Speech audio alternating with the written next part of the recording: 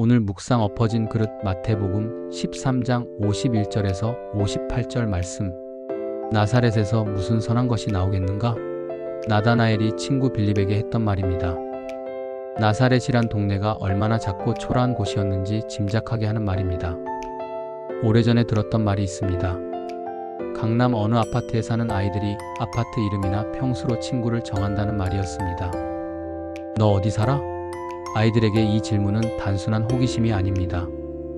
같이 놀아도 될 상대인지, 같이 어울릴 수 없는 상대인지 알기 위한 질문입니다.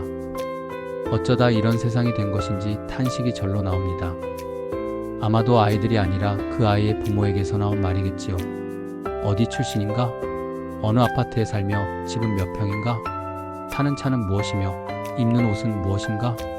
이따위 것으로 사람을 재단하고 낙인을 찍어 차별하는 것이 과연 정상적인 세상인지 우리는 질문해야 할 것입니다. 예수께서 비유로 하나님 나라 말씀을 가르치신 후에 고향으로 돌아가 유대 사람의 회당에서 가르치기 시작하셨습니다.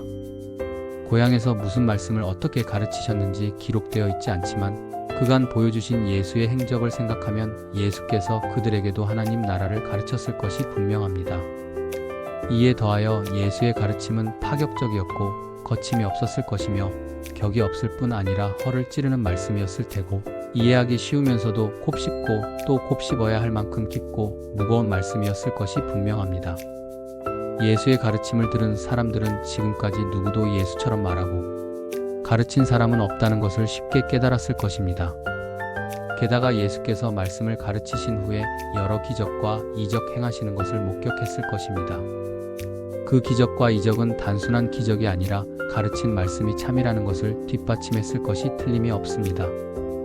예수의 소탈하면서도 친근한 태도와 말투, 정말로 깊고 정순하며 탁월한 가르침, 입을 다물 수 없게 만드는 이적을 나사렛 사람들도 보고 들었던 것입니다.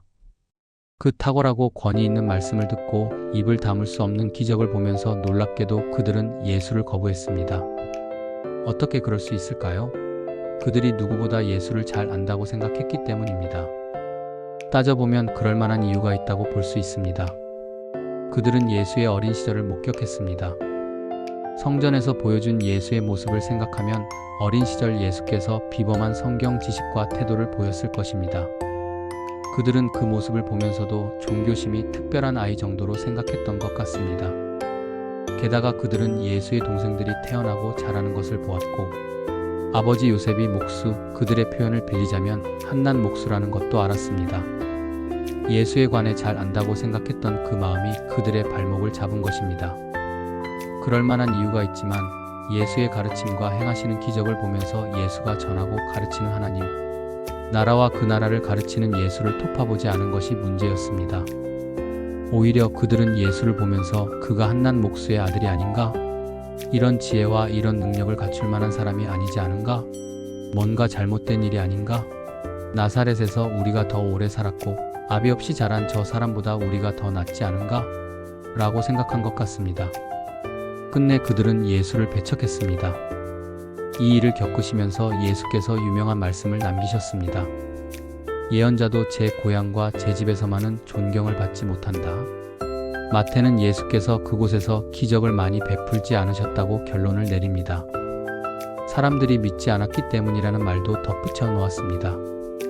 믿지 않기로 작정한 사람, 아무리 말씀을 전하고 가르치며 기적을 행해도 배척하는 사람, 등을 돌리는 사람들에게는 더해줄 것이 없으셨기 때문입니다. 가슴 아프고도 슬픈 이야기입니다. 눈앞에 예수를 두고도 이런 선택을 할 수 있다는 것이 지금 이 땅을 살아가는 우리로서는 상상하기 힘든 일처럼 보입니다. 그렇다면 우리에겐 이런 문제가 없다고 딱 잘라 말할 수 있을까요? 많은 성도가 성경이 하나님의 말씀이라고 믿고 생각하고 말하면서도 성경을 읽지 않습니다. 사실 성경은 읽기 쉬운 책은 아닙니다. 아니, 어렵습니다. 당연히 노력이 필요하고 때때로 공부하고 연구해야 할 필요가 있습니다. 그래서일까요? 성경을 공부하고 연구하는 일은 오로지 목회자의 몫이라고 철석같이 믿는 것처럼 보입니다. 다양한 번역으로 성경을 읽기만 해도 성경 이해의 폭이 확장될 수 있는데 안타깝게도 그 노력도 하지 않습니다. 성경을 읽는다고 해서 만사가 해결되는 것은 아닙니다. 잘 알고 있어서 더는 가슴이 벅차지도 않고 뜨겁지도 않은 말씀이 수두룩합니다. 무엇보다 심각한 것은 예수의 탄생과 십자가 죽음과 부활마저 진부하게 느낀다는 점입니다. 그거 신기할 따름입니다. 설교로 폭을 좁혀 보아도 다르지 않습니다. 설교 본문으로 잘 아는 말씀이 나오면 기대감은 제로에 가깝습니다. 설교 시간을 숙면 시간으로 삼는 것처럼 보이는 분이 있습니다. 눈을 뜨고 있지만 마음은 온 세상 사방천지를 여행하시는 분도 있습니다. 이런 일에 있어서 가장 큰 책임은 변명의 여지 없이 말씀을 뻔하게 준비하고 뻔하게 설교하는 목회자에게 있습니다.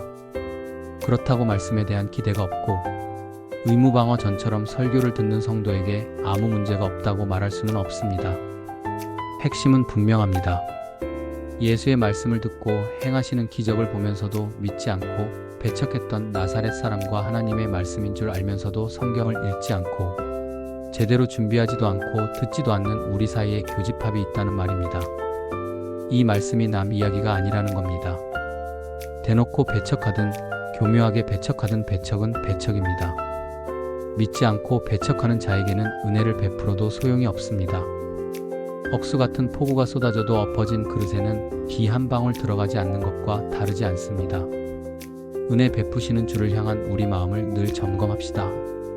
회개와 기도, 말씀 앞에 겸손한 태도로 우리 마음을 부드럽고 따뜻하게 만들고 마음을 늘 지켜갑시다. 예수를 잘 안다고 생각한 나머지 예수를 배척한 나사렛 사람처럼 엎어진 그릇이 되어서는 안 될 것입니다. 아멘. 오늘 기도 1. 우리의 믿음 없음을 자백하고 하나님께 진실한 믿음을 구하며 살아가는 겸손한 그리스도인 되게 하소서. 2.